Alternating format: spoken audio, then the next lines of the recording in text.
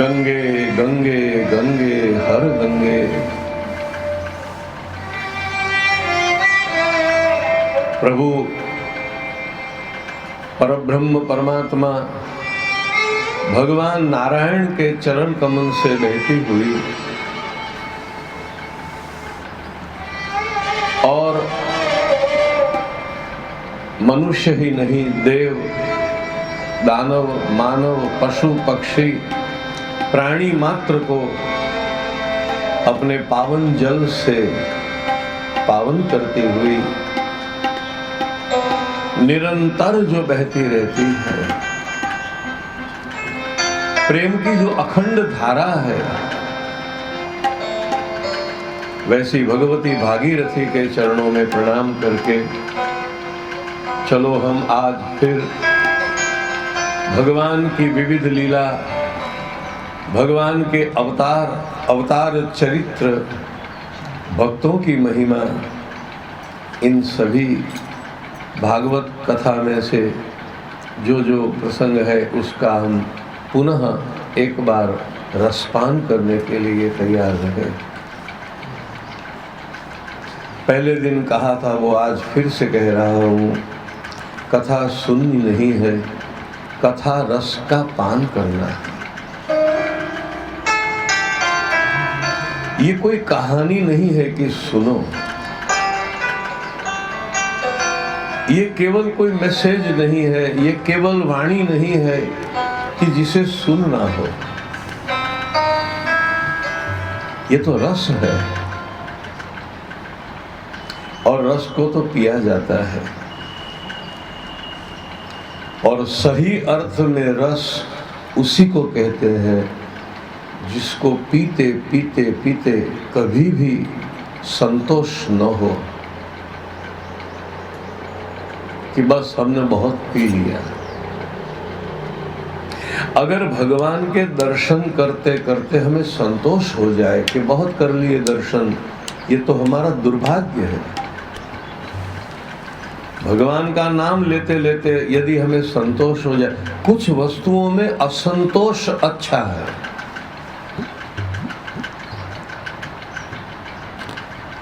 सांसारिक जीवन में संतोष होना चाहिए, किंतु प्रभु भजन में तो असंतोष ही होना चाहिए। और अभी और अधिक हम उल्टा करते हैं, भगवान के भजन में संतुष्ट हो जाते हैं और जब संसार में जाते हैं, खाना पीना कमाना, तो वहां कोई संतोष ही नहीं है। किसी व्यक्ति से पूछो कितने सुख से तू संतुष्ट होगा, तो वो कहते हैं मैं कैसे बता सकता हूं। 100 1000 करोड़ लाख कोई निश्चित कोई वो तो है ही नहीं।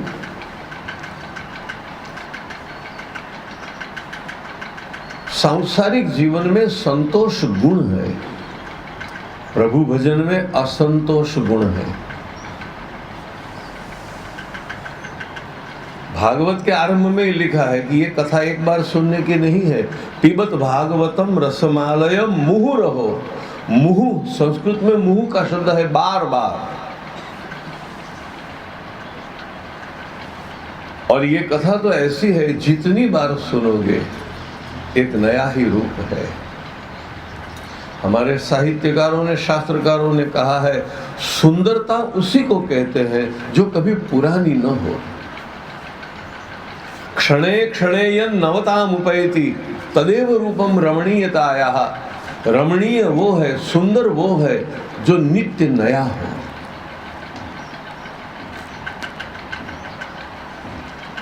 ये सृष्टि कभी पुरानी नहीं होती है।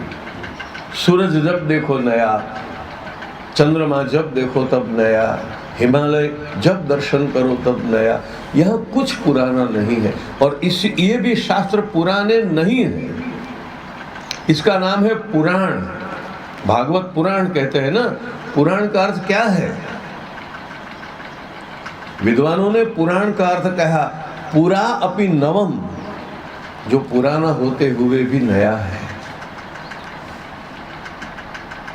प्राचीन होते हुए भी जो अर्वाचीन है।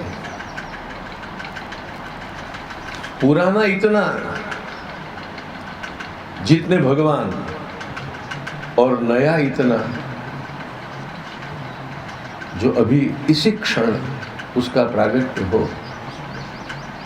ठाकुर जी का स्वरूप भी ऐसा होता है, नित्य नूतन, आज और काल और दिन प्रति और। अगर आपको ठाकुर वही के वही दिखाई दे रहे हैं तो आंख में गड़बड़ है, इलाज करवाइए। अगर भगवान आपको वही के वही लग रहे हैं जो कल थे, कभी कभी लोग कहते हैं अब कल तो गए थे, अब आज क्या दौड़ के जा रहे हो, कल तो दर्शन किए थे, सुबह तो दर्शन किए थे, अब क्यों दौड़ के जाते हो, भगवान तो वही के वही है। तो समझ लो आंख में कुछ बीमारी है।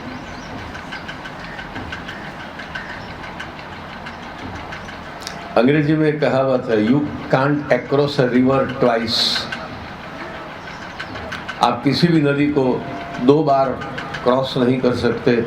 यहाँ से मैं गया तब वो गंगा अलग थी और मैं वापस आऊंगा तो वो पानी तो कहाँ का कहाँ पहुंच गया। गंगा प्रतिक्षण नवीन है, तो जिसके चरणों से गंगा प्रकट हुई वो भगवान पुराने हो सकते हैं क्या? नित्य नूतन है। भगवत कथा भी नित्य नूतन है। अरे सुबह सुबह में चाय भी पुरानी कहाँ लगती है, इतने सालों से पी रहे हैं तो क्या हमें लगा कि अब बहुत पी ली, छोड़ो। संसार का रस भी कभी पुराना नहीं होता, तो भगवत रस, कृष्ण रस, राम रस, वो कैसे पुराना हो सकता है? नित्य नूतन है। उसी को कहते हैं रस, उसी को कहते हैं भगवान की सुंदरता।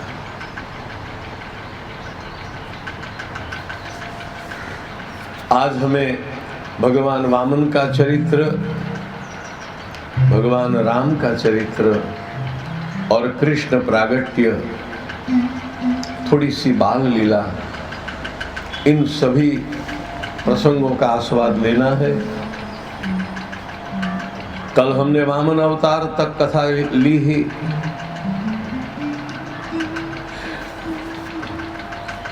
संस्कृत में वामन का अर्थ होता है ठिगना, बौना। अंग्रेजी में ड्वार्फ कहते हैं ना कुछ, ड्वार्फ, ठिगना। भगवान जब बलि राजा के दरवाजे पर पहुंचे तो ठिगने थे,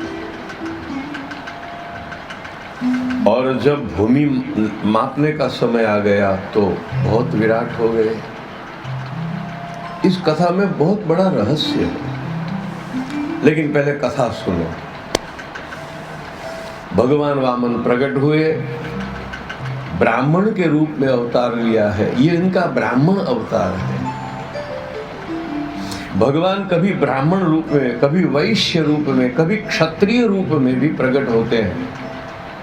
और हमारे कृष्ण कन्हैया तो सब है, उन्होंने ब्राह्मण का कार्य भी किया, क्षत्रिय का कार्य भी किया, वैश्य का कार्य भी किया और शूद्र का कार्य भी किया है। कृष्ण पूर्ण अवतार है। देखो, ब्राह्मण का धर्म है ज्ञान देना, तो कृष्ण ब्राह्मण भी है, गीता का ज्ञान, इससे बड़ा कोई ज्ञान नहीं है, जगत गुरु। अच्छा, क्षत्रिय का अर्थ युद्ध करना, तो कृष्ण तो कंस को मारते हैं, शिशुपाल वगैरह को कितने को मार, पूतना से लेकर के। तो वो क्षत्रिय धर्म भी उन्होंने अपनाया है। वैसे भी यदुकुल में प्रकट हुए हैं तो क्षत्रिय ही है। अच्छा, वैश्य का धर्म है पशुपालन, खेती करना, पशुपालन करना, व्यापार करना, ये सब वैश्य के धर्म है। तो कृष्ण ने तो गैया चराई है, इससे बड़ा तो कोई ग्वाला नहीं है, तो वो वणिक भी है। और जो काम शूद्र करते थे वो काम भी कृष्ण ने किए। प्लस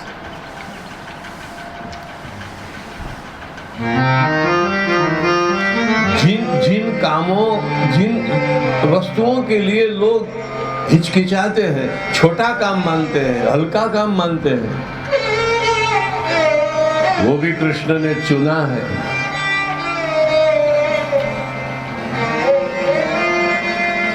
सबसे ऊंची प्रेम सगाई, सबसे ऊंची प्रेम सगाई, दुर्योधन का मेवा त्यागो, दुर्योधन का मेवा त्यागो, साग विदुर घर पाई, साग विदुर घर पाई, सबसे ऊंची प्रेम सगाई, सबसे ऊंची प्रेम सगाई, झूठे फल शबरी के खाए, झूठे फल शबरी के खाए, बहुविध भोग लगाई, बहुविध भोग लगाई, प्रेम के बस नृप सेवा कीनी, प्रेम के बस नृप सेवा कीनी, आप बने हरिनाई, आप बने हरिनाई, सबसे ऊंची प्रेम सगाई, सबसे ऊंची प्रेम सगाई।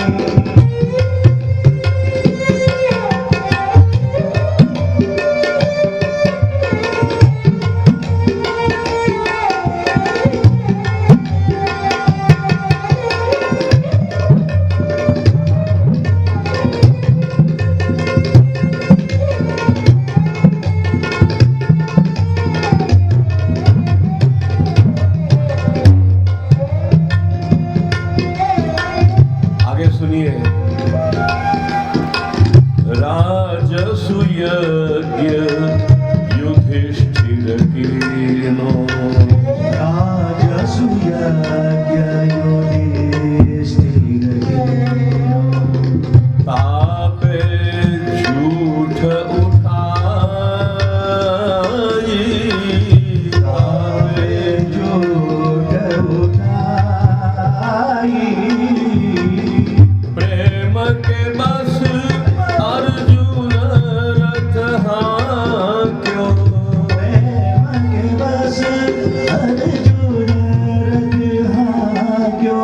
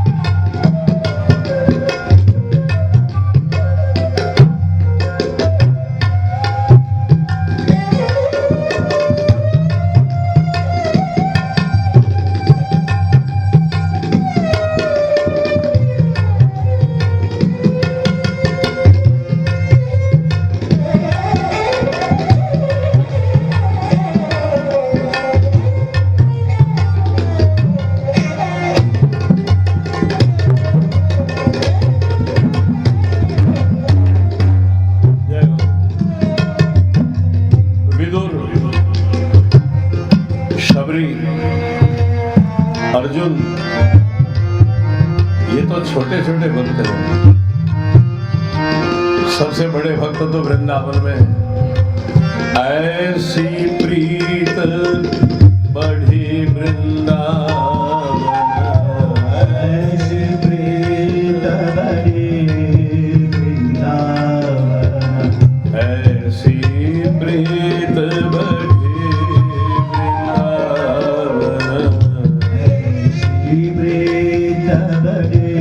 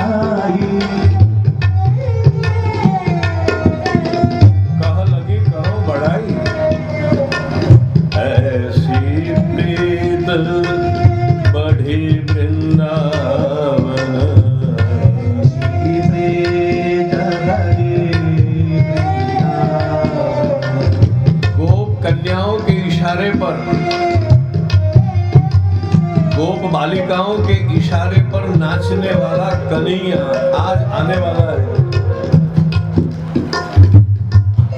भक्त नचाए और भगवान नाचे। ऐसी प्रीत बढ़ी वृंदावन, गोपी न नाच नचाई। गोपियों ने कृष्ण को नचाया है।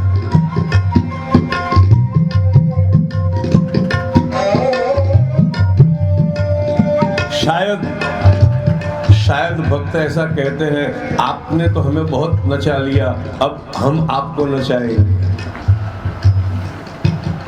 हे भगवान, तुमने तो हमें बहुत नचा लिया। ईश्वर सर्वभूतानां हृद्देशेर्जुन तिष्ठति भ्रामयन् सर्वभूतानि यंत्रारूढ़ा। जैसे वो कठपुतली होती है और कठपुतली को नचाने वाला अपनी मर्जी से नचाता है, वैसे भक्त कहते हैं तुमने तो आज तक हमें बहुत नचाया, अब हम तुम्हें नचाएंगे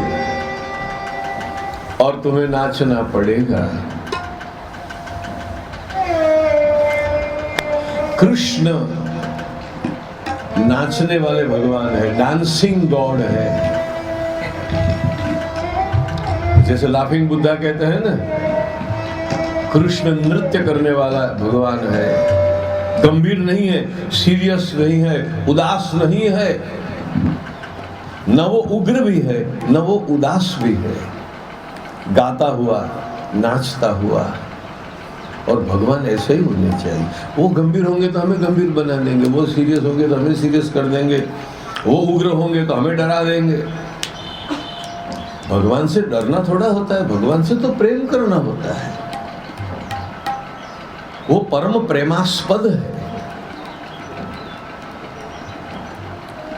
उसी कृष्ण ने नृसिंह अवतार लिया, केशव ध्रुत नरहरि रूपे। उसी कृष्ण ने वामन अवतार लिया, वही कृष्ण राम बन करके आए और आज वही कृष्ण पधारेंगे यहाँ। देखो कथा चल रही थी वामन की और हम आ गए कन्हैया। वो खींचने वाला है, खींच लेता है। वामन भगवान, मैं ये बताने जा रहा था कि कृष्ण ने वो भी कार्य किए हैं जो लोग करने के लिए राजी नहीं होते थे।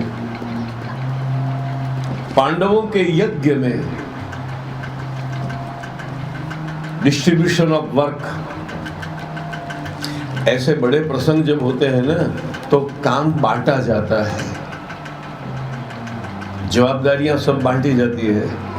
बड़े अवसर में ऐसा किया जाता है ना, चलो ये तुम संभालना, ये तुम संभालना, ये तुम संभालना, मेहमानों की व्यवस्था आप संभाल लेना, रसोई की व्यवस्था आप संभाल लेना। अब 2 रोटी ज्यादा खाने से जो बीमार हो जाए, अगर उससे आप रसोई की व्यवस्था सौंपोगे तो गड़बड़ी हो जाएगी। पांडवों के यहाँ यज्ञ हुआ ना, तो रसोई की व्यवस्था किसको सौंपी गई थी? भीम को। जो खा सकता है वही खिला सकता है। हमारे यहाँ ऐसे बड़े अवसर हो तो किसी भीम को ढूंढ लेना चाहिए और पूरी रसोई की व्यवस्था उसे लेनी चाहिए। वो कहेगा 1 सब्जी क्या चलेगा, 4 सब्जी बनाओ, 1 मिठाई से क्या चलेगा, 5 मिठाई बनाओ। अब बीमार होने वाला, अरे इतना सब खाएंगे तो बीमार हो जाएंगे, ऐसा नहीं है। दान देने की व्यवस्था कर्णों को सौंपी गई, क्योंकि जो अपना भी उदारता से बांटता है वो किसी का बांटने वाली बात होगी तो क्या कंजूसाई करेगा। हमारी गवर्नमेंट हमेशा ये भूल करती रही है और किसको क्या पोर्टफोलियो देना चाहिए किसको पता ही नहीं। ये सीखना चाहिए हमें महाभारत के पास से।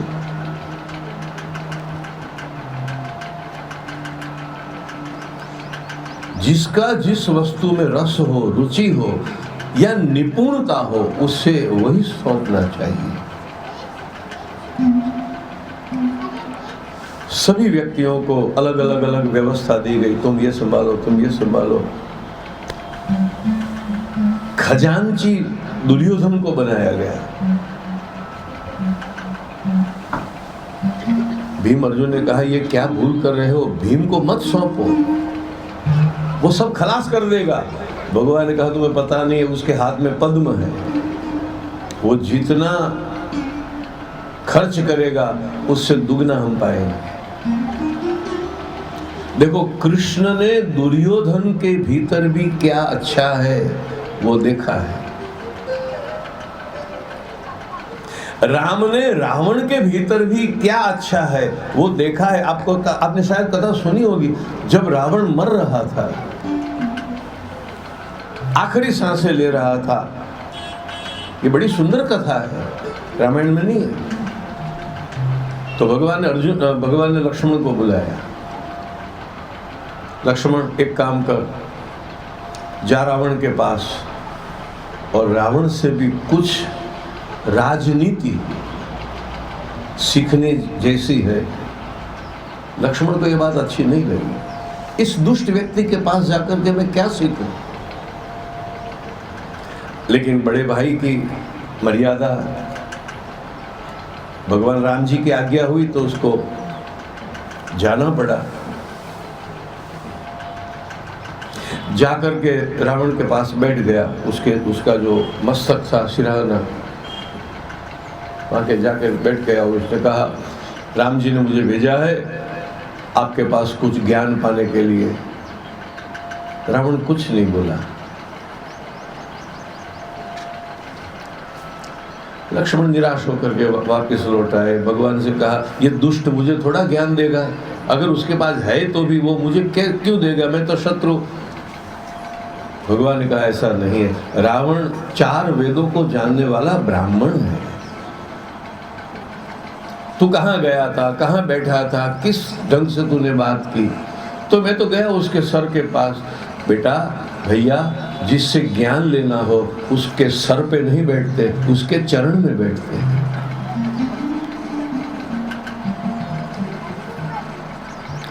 पहले तो तू रावण के पास जा, उसके चरण में बैठ और 2 हाथ जोड़ के विनती कर कि आप भी कुछ मुझे सिखाइए। बड़ी सुंदर कथा है। फिर लक्ष्मण आया, रावण के चरण के पास बैठ गया, हाथ जोड़े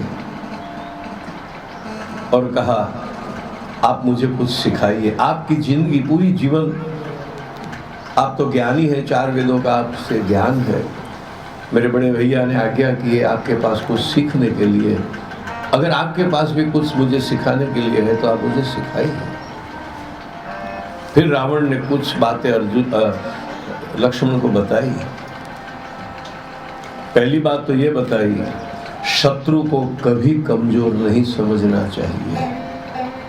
मैं इसी भ्रम में रहा कि 2 वनवासी क्या मेरा कर लेंगे, न इनके पास सेना है न इनके पास कोई सहायता है, वो मेरा क्या बिगाड़ पाए। मेरे पास लंका है, बहुत बड़ा उसका किला है, मेरे पास वरदान है, मैं शिव जी का परम भक्त हूँ, मेरे पास सब कुछ है, और इन 2 भाइयों के पास है क्या। जंगल में अकेले भटक रहे थे 2 भाई, क्या बिगाड़ लेंगे मेरा। लेकिन ये मेरी बहुत बड़ी भूल थी। फिर और कई बातें मैं उसे बताई। रावण ने क्या बताया ये मैं कहने नहीं जा रहा हूँ, मैं ये कहने जा रहा हूँ कि राम ने रावण में भी गुण देखे। अगर कोई देखना चाहे तो उसे भगवान में भी दोष दिखाई पड़ेंगे, और अगर कोई देखना चाहे तो उसे शैतान में भी गुण दिखाई पड़ेंगे। देखने की दृष्टि पर निर्भर है। आप वही देखते हैं जो आप देखना चाहते हैं। अगर दोष ढूंढना चाहेंगे तो दोष भरसक अनगिनत मिल जाएंगे। अगर गुण ढूंढना चाहते हैं तो गुण भी अनगिनत मिल जाएंगे। मैं क्या करूं, बहुत सी बातें बताने योग्य है, लेकिन आज नहीं, चलो कल। आज कथा का क्रम आगे दौर चलाए। भगवान वामन, हाँ तो वो बात अधूरी रही। कृष्ण ने सभी को अलग अलग सेवा सौंप दी। और देखो, काम शब्द अच्छा नहीं है। इसको ये काम सौंपा गया, इसको ये कोई आदमी काम करेगा ना तो बिना लगाव के करेगा। अगर कोई काम करेगा तो काम करने में उसे उत्साह नहीं होगा, रस नहीं होगा।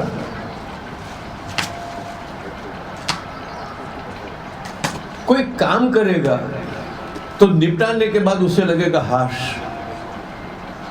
चलो ठीक है, पूरा निपटा लिया। ऐसे मौके पर जो सौंपा जाता है वो काम नहीं होता है, वो सेवा होती है। हमारे जगतगुरु वल्लभाचार्य जी ने वैष्णवों को बड़ा सुंदर शब्द दिया है, सेवा। कृष्ण सेवा सदा कार्या, बड़ा सुंदर शब्द है, सेवा।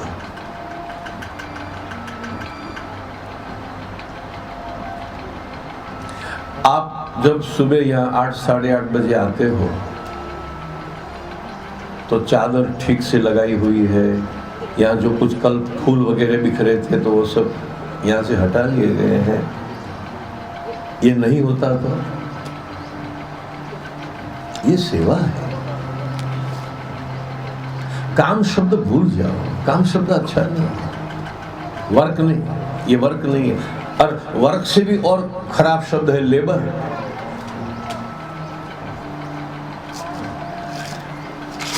ये लेबर नहीं है, मजदूरी नहीं है, ये सेवा है। भगवान को बड़ा प्यारा शब्द है सेवा। श्री कृष्ण ने सभी व्यक्तियों को अलग अलग सेवा के प्रकार बांट दिए। आप ये करना, आप ये करना, आप ये करना। किसी ने पूछा, कृष्ण तुम क्या करोगे? तुम भी कुछ करोगे? कभी किसी को कुछ नहीं करना होता है ना, तो वो कहता है कि मैं सुपरवाइजर हो जाऊंगा। दूसरे ठीक से कर रहे हैं कि नहीं वो मैं देख लूंगा, निरीक्षक हो जाऊंगा। ऐसा नहीं है। श्री कृष्ण ने कहा, मैंने तो पहले से ही चुन लिया है कि मुझे क्या करना है। यहां इस बड़े यज्ञ में जितने साधु, संत, ब्राह्मण, ऋषि भोजन लेंगे, प्रसाद लेंगे, इनकी जूठी पत्तल उठाना ये मैंने अपने जिम्मे ले लिया है। ये सेवा मैं किसी को नहीं दूंगा। द्रौपदी मेरी सहायता करेगी। कृष्ण कोई अच्छा सा काम चुनाव नहीं कर सकते थे क्या? मैं लोगों को रिसीव करूंगा, मैं लोगों को दान दूंगा। कृष्ण ने कहा नहीं, सब भोजन करके उठेंगे, इनकी पत्तल उठाने की सेवा ये मेरे भाग में है, मैंने ये चुना है।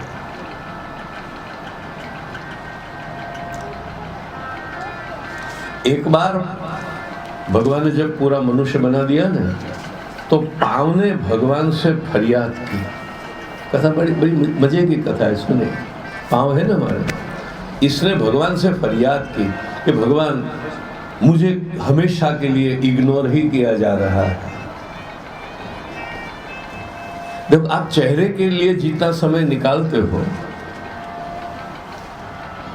उतना पांव के लिए निकालते हो क्या? किसी को पसंद करते हो तो पांव देख करके, तस्वीरें ली जाती है तो चेहरे की या पांव की? तो पांव ने कहा बड़ी नाइंसाफी हो रही है मेरे साथ भगवान, एक तो तूने मुझे नीचे, सबसे नीचे का स्थान दे दिया, और जो जो महत्वपूर्ण है आंख कान वगैरह वो सब तो ऊपर रख दिए। मैं बहुत दुखी हो गया। भगवान ने कहा ये भी ठीक है। भगवान ने कहा चलो अच्छा, जो पूरे शरीर में किसी को सम्मान नहीं मिला है वो मैं तुझे दे रहा हूं।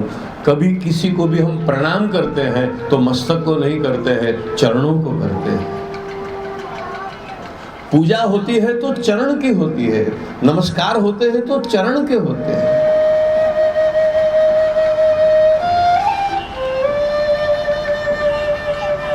तुझे सजाया नहीं जाएगा, सजाते हैं तो चेहरे को, तुझे सजाया नहीं जाएगा, लेकिन लोग सर रखेंगे तेरे ऊपर।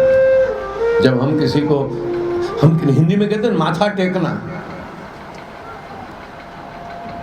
भले आप अपने सर को सजा लो, लेकिन गुरु के चरणों में या भगवान के चरणों में या बुजुर्ग अपने माता पिता के चरणों में तो अपना वही सजाया हुआ सर उनके चरण में रखोगे। प्रणाम भगवान के चरणों को होता है। चरण कमल बंदो हरिराई, जाकी कृपाते सिंधु पंगु गिरि लंघे। पूजा तो चरण की होती है। तो ये हल्के नहीं है, ये अधम नहीं है, ये निकृष्ट नहीं है। अरे चरण नहीं होते तो आप यहां कैसे आ पाते? हमारे यहाँ जो शादी ब्याह के बाद दूल्हा दूल्हे को विदाई दी जाती है ना, तो जो वाहन होता है कार या छकड़ा, उसके पहिए की पूजा की जाती है। गुजरात में तो ये है, बाहर पता नहीं मुझे, लेकिन दूल्हा दुल्हन को जब विदा देते हैं तो ड्राइवर की पूजा नहीं होती है, गाड़ी का जो पहिया होता है उसकी पूजा होती है कि तू इनको संभाल के ले जाना, तेरे पास गति है। चलो ये बात पूरी हो गई। झूठे फल शबरी के खाए, राजसु यज्ञ युधिष्ठिर तीनों तापे झूठ उठाए। बड़े वही होते हैं जिन्हें अपने बड़प्पन का एहसास ही नहीं होता। बड़ा वही है जो अपने बड़प्पन को भूल जाए, उससे ध्यान में ही न रहे कि मैं बड़ा हूं, वो बड़ा है। इसीलिए भगवान सबसे बड़े हैं। भगवान वामन प्रकट हुए ये ब्राह्मण अवतार है। इसी से ये चर्चा चल पड़ी, वामन ब्राह्मण है।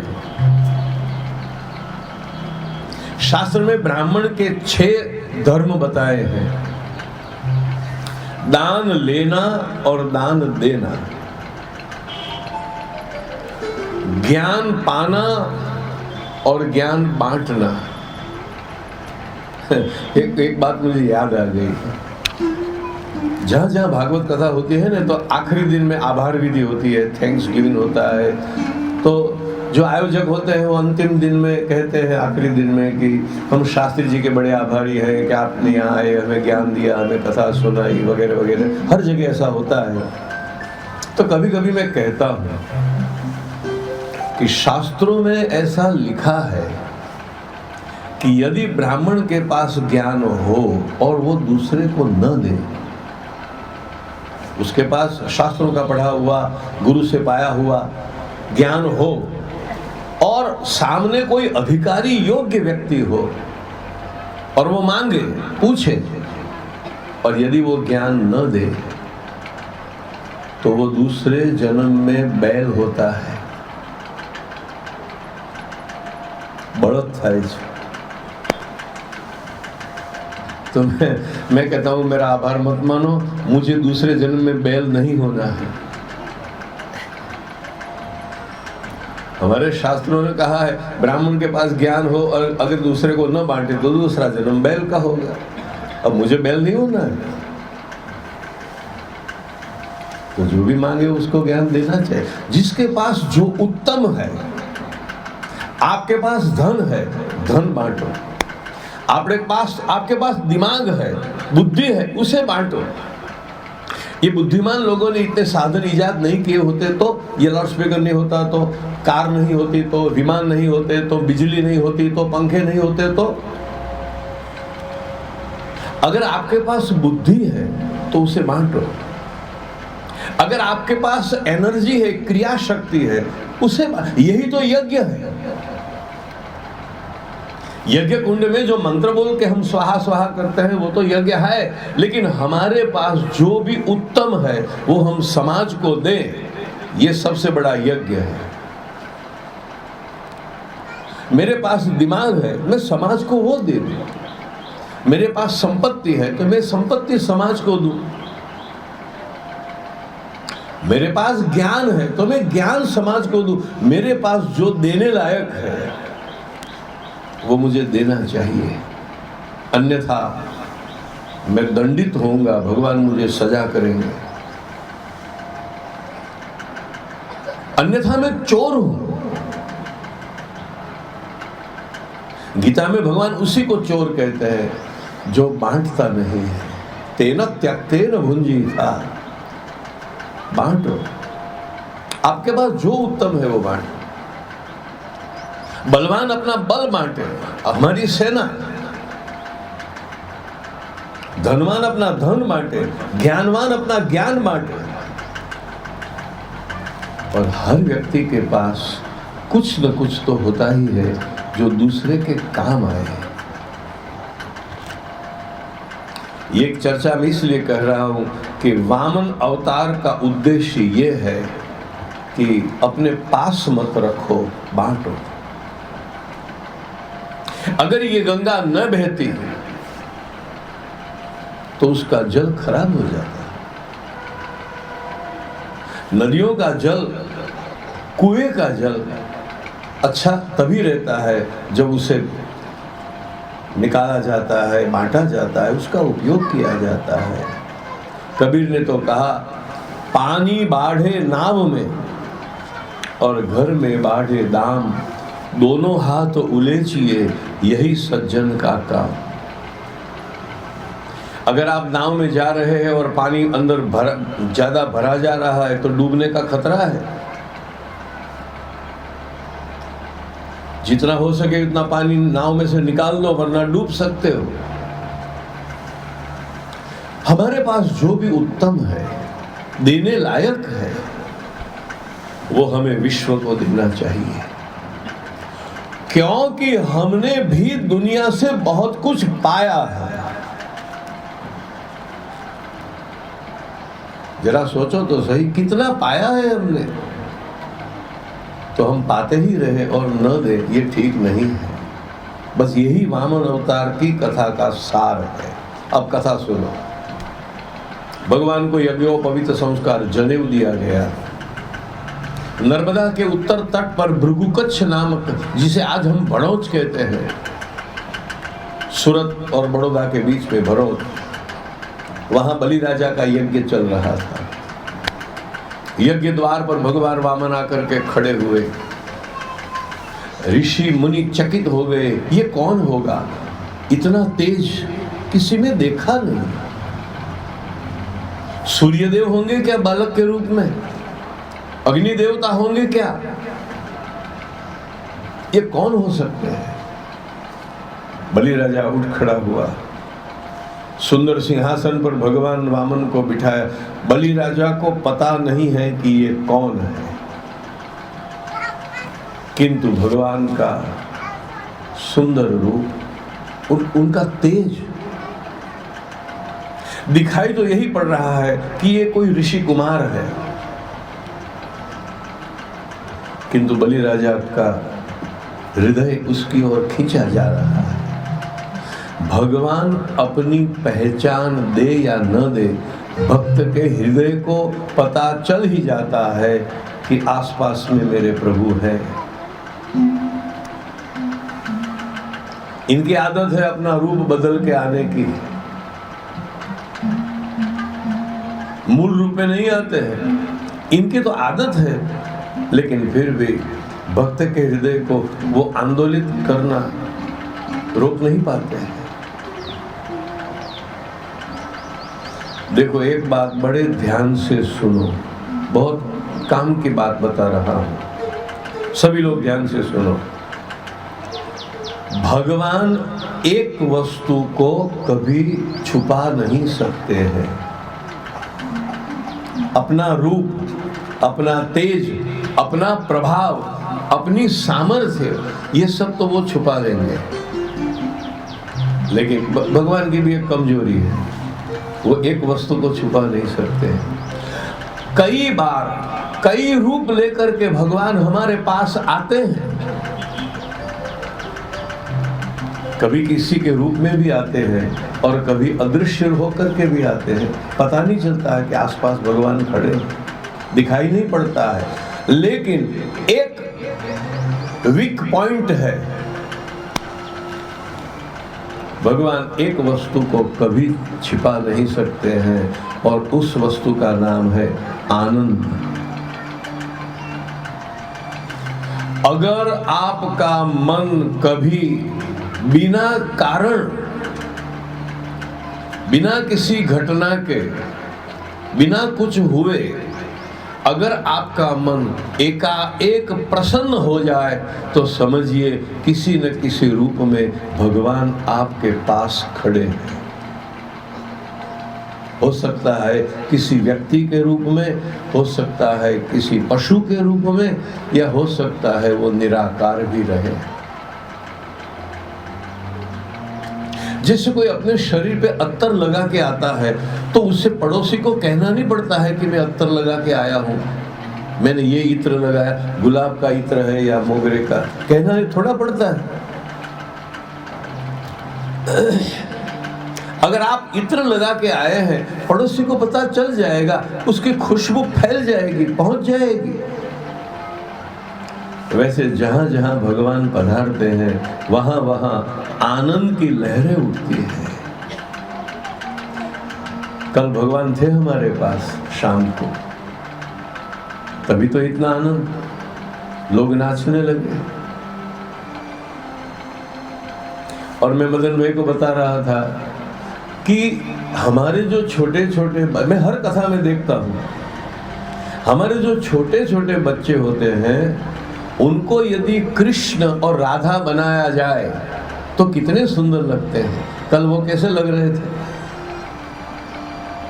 अगर हमारे बच्चों को, आदमी आज के जो बच्चे हैं, मेरे आपके कोई भी, हमारे बच्चों को यदि कन्हैया बनाया जाता है तो कैसा लगता है, तो असल कन्हैया कैसा होगा। ये तो कन्हैया का वेश धारण करते हैं और फिर भी इतने सुंदर लगते हैं, तो वो कन्हैया कैसा होगा?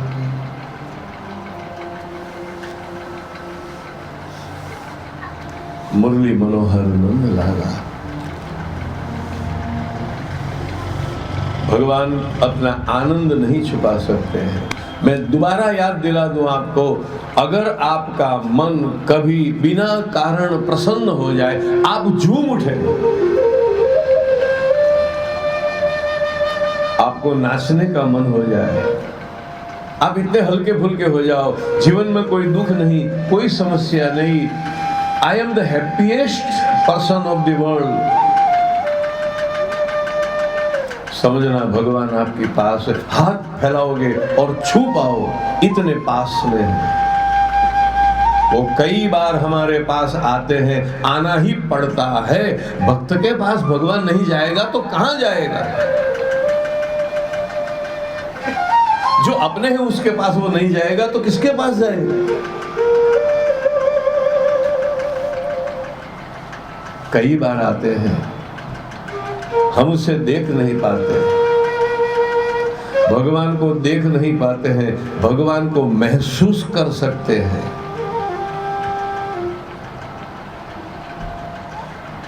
दर्शन नहीं होते हैं, अनुभूति होती है, और यही अनुभूति है आपका मन प्रसन्न हो जाए, आपको नाचने का मन हो। और देखो आज आने वाले हैं कुछ ही समय के बाद, नंद के आनंद भयो जय कन्हैया लाल की, हाथी दिए, घोड़ा दिए और दिए पालकी, जय कन्हैया लाल। आते ही उसने सभी को नचाया है। नाचत गोपी करत कोलाहल, मंगल चार ठयो आज नंद राय के आनंद भयो।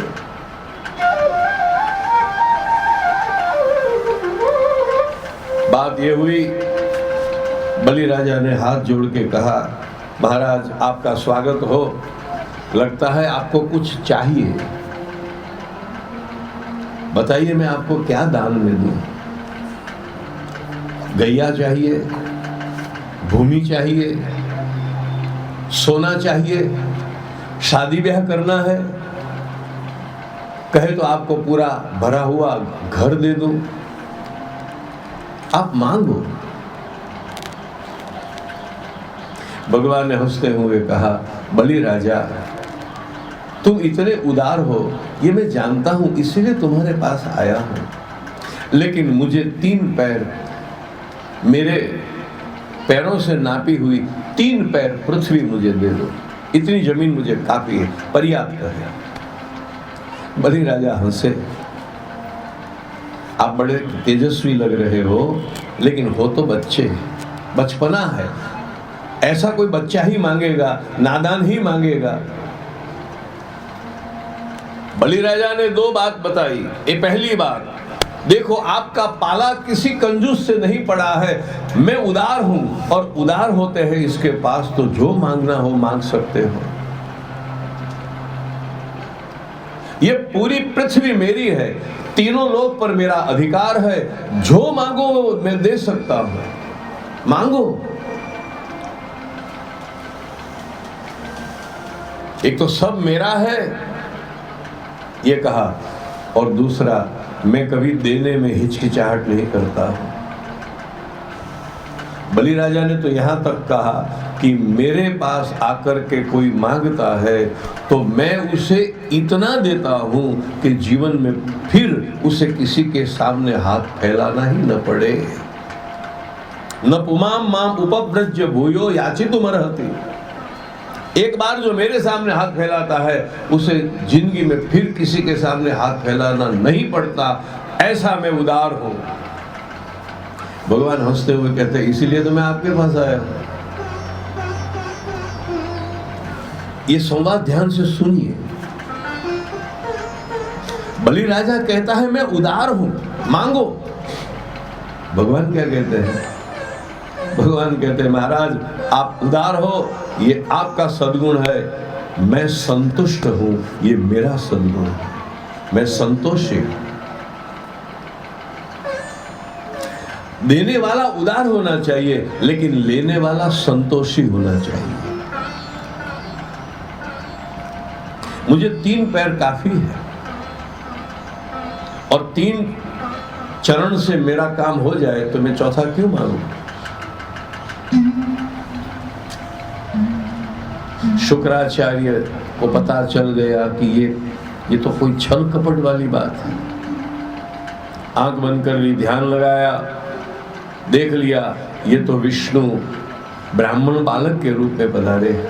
बलि राजा को सावधान कर दिया, राजा सावधान, किसी भी प्रकार की प्रतिज्ञा मत करना, किसी भी प्रकार का वचन मत देना, ये तो विष्णु तुम्हें ठगने के लिए आ गया है। एष वैरोचने साक्षात भगवान विष्णुरव्ययः, कश्यप और अदि के द्वारा जन्मा हुआ ये विष्णु हमें छलने के लिए आया है, ये छलिया है, मत दो। और अगर तुमने कह भी दिया हो तो भी मत देना। कभी कभी हम अपना बोला हुआ, अपना कहा हुआ नहीं पालन करते तो भी वो छूट है। पलायन होने के, छटकने के उपाय कुछ बताए, ऐसे संजोग में अपना बोला हुआ कोई न निभावे तो भी दोष नहीं है। बलि राजा ने कहा, महाराज ये ऐसा आप मत मुझे सिखाइए। शायद इस धरती पर आज तक किसी को ऐसा मौका नहीं मिला कि भगवान देने के बजाय किसी के पास लेने के लिए आए हो। भगवान तो जब आते हैं तो देने के लिए आते हैं। भगवान आते ही क्या बोलते हैं? आपने कई बार कथाएं सुनी है। भगवान प्रकट होने के बाद सबसे पहला क्या बोलते हैं? हाँ वही ठीक है, बरो क्या बोलते हैं? मांगो वरम ब्रूहि। जरा ध्यान से सुनो, भगवान प्रकट होते ही सबसे पहले ये क्यों बोलते हैं कि मांगो जो चाहिए सो दे, जो चाहिए सो मांगो? ऐसी आदत भगवान को क्यों पड़ गई? सोचने वाली बात। आते ही कहते हैं मांगो। कभी कभी भगवान को भी ऐसा अनुभव करवाना चाहिए कि भगवान तुझे बुलाने वाला हर कोई मांगने वाला नहीं होता है। तेरे दरवाजे पर सभी भिखमंगे नहीं आते हैं।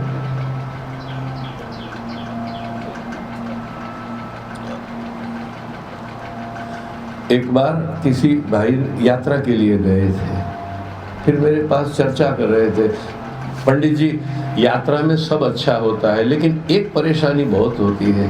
क्या? तीर्थ धामों में हम जाते हैं ना तो वहां मांगने वाले बहुत परेशान करते हैं।